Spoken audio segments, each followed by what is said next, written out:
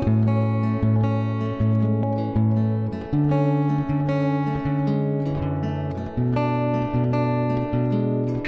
perkenalkan nama saya Nishan Makina dengan NRP lengkap 24430241000. Saya dari Fakultas Farmasi Universitas Katolik Widya Mandala, Surabaya. Halo, perkenalkan nama saya Stefani Geraldine Cindra, NRP 24430241113 dari Fakultas Farmasi.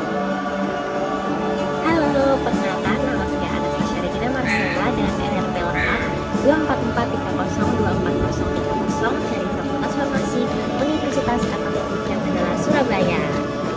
Hai, perkenalkan nama Michelle Angelina Firrawul dengan NRP 24330240112 dari Fakultas Farmasi Universitas Katolik Widya Mandala, Surabaya. Halo semuanya, saya Yosefina Dewi Rambing, NRP 24430240122, Fakultas Farmasi Universitas Katolik Widya Mandala, Surabaya. Assalamualaikum warahmatullahi wabarakatuh. Shalom Om Swastiastu, Namo Buddhaya, salam kebajikan.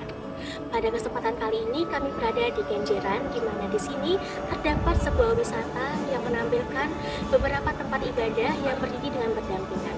Hal ini menunjukkan bahwa perbedaan keyakinan ini tidak menjadi salah satu hal yang dapat membuat kita terpecah belah, tetapi dapat menumbuhkan rasa toleransi antara umat satu dengan umat yang lainnya. Toleransi merupakan sikap yang penting dalam kehidupan bermasyarakat. Contoh sederhana yang dapat kita temukan dalam kehidupan sehari-hari yaitu menghormati kegiatan ibadah yang dilakukan oleh orang lain, seperti memberikan ruang dan ketenangan bagi mereka yang sedang melakukan ritual keagamaan. Selain itu juga tidak mengganggu jalannya perayaan hari besar keagamaan. Selain itu, toleransi juga dapat dicerminkan melalui tindakan maupun tutur kata agar tidak menyinggung perbedaan keyakinan yang ada.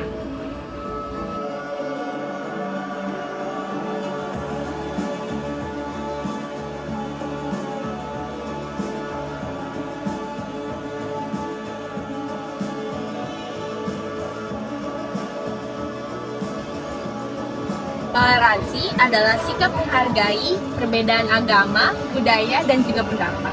Toleransi beragama berarti menghormati dan menghargai cara beribadah agama lain.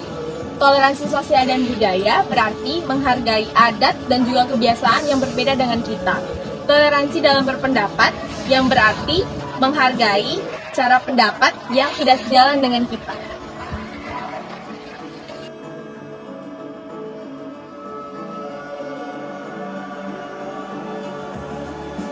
Namun, jika toleransi tidak dijaga, dapat menimbulkan dampak-dampak negatif. Contohnya dari kurangnya toleransi sendiri dapat menimbulkan sikap diskriminatif dan dapat menciptakan perpecahan dalam lingkungan sosial. Situasi ini bukan hanya merugikan satu pihak, tapi juga dapat mengganggu keharmonisan dalam umat beragama.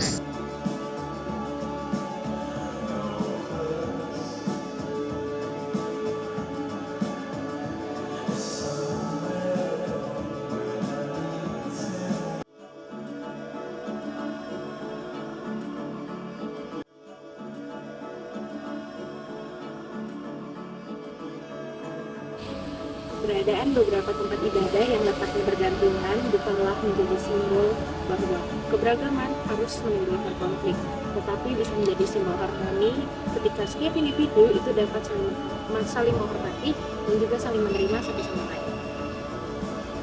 Toleransi bagi peran yang sangat penting dalam menciptakan perdamaian dan juga kerukunan di tengah keberagaman. Tetapi di lingkungan kita banyak sekali keyakinan, cara pandang, dan juga kebudayaan yang berbeda. Tetapi itu bukanlah alasan untuk terciptanya suatu konflik, tetapi bisa menjadi sumber kekuatan kita untuk saling menghormati dan juga saling menerima satu sama lain. Toleransi menunjukkan kedewasaan, bukan hanya cara berpikir, tetapi bagaimana cara kita bersikap. Dengan adanya toleransi, kita dapat merasa aman, damai, dan juga dicintai. Oleh karena itu, teruslah bersikap toleransi terhadap sesama.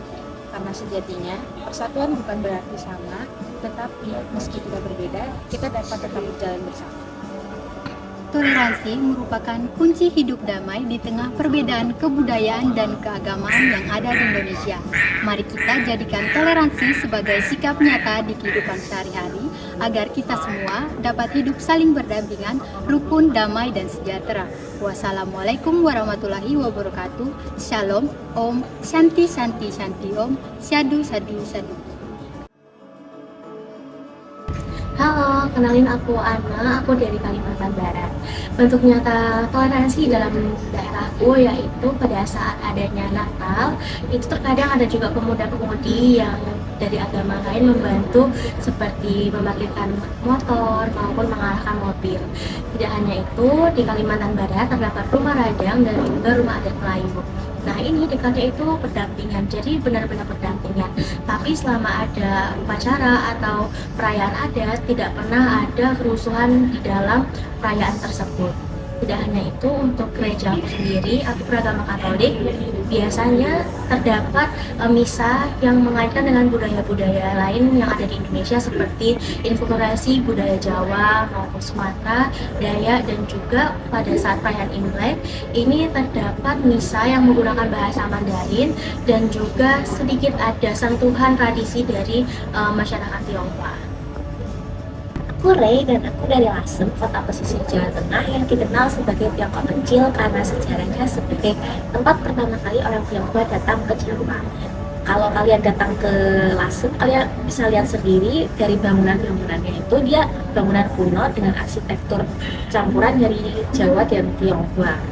Salah satu toleransi yang bisa kita temukan saat di Lasem sendiri, contohnya pada saat kegiatan kirap akbar dalam rangka perayaan ulang tahun Makco Yongxiang Singbo, dan mereka tuh mengundang banyak sekali kelenteng dari daerah-daerah lain. Selain itu karena di Lasem juga sering disebut sebagai kota santri, banyak masyarakat yang beragama Islam sana juga ikut memeriahkan dalam kirap Konghucu itu tadi dan tidak mengganggu jalannya acara. Aku Fani, aku dari Maumere NTT. Di NTT sendiri, misalnya saat Natal, banyak sekali pemuda muslim yang turut menjaga keamanan gereja. Dan juga misalnya saat Lebaran, banyak sekali pemuda Kristen ataupun pemuda yang beragama lain yang turut menjaga keamanan masjid. Di NTT sendiri, banyak sekali suku misalnya Manggarai, Rio, Lama Holot, Sika, dan juga Sabu, dan juga Rote yang mempunyai bahasa daerahnya masing-masing dan mereka saling menghormati bahasa daerah satu sama lain. Selanjutnya banyak juga musik dan tarian adat yang menggabungkan beberapa suku di NTT. Aku Dewi dari Manggarai NTT. Di daerahku seringkali diadakan festival keagamaan yang sering dikenal dengan Festival Keagamaan Golokwe Maria Assunta Nusantara. Festival ini dimulai sejak tahun 2022 hingga 2025 sekarang.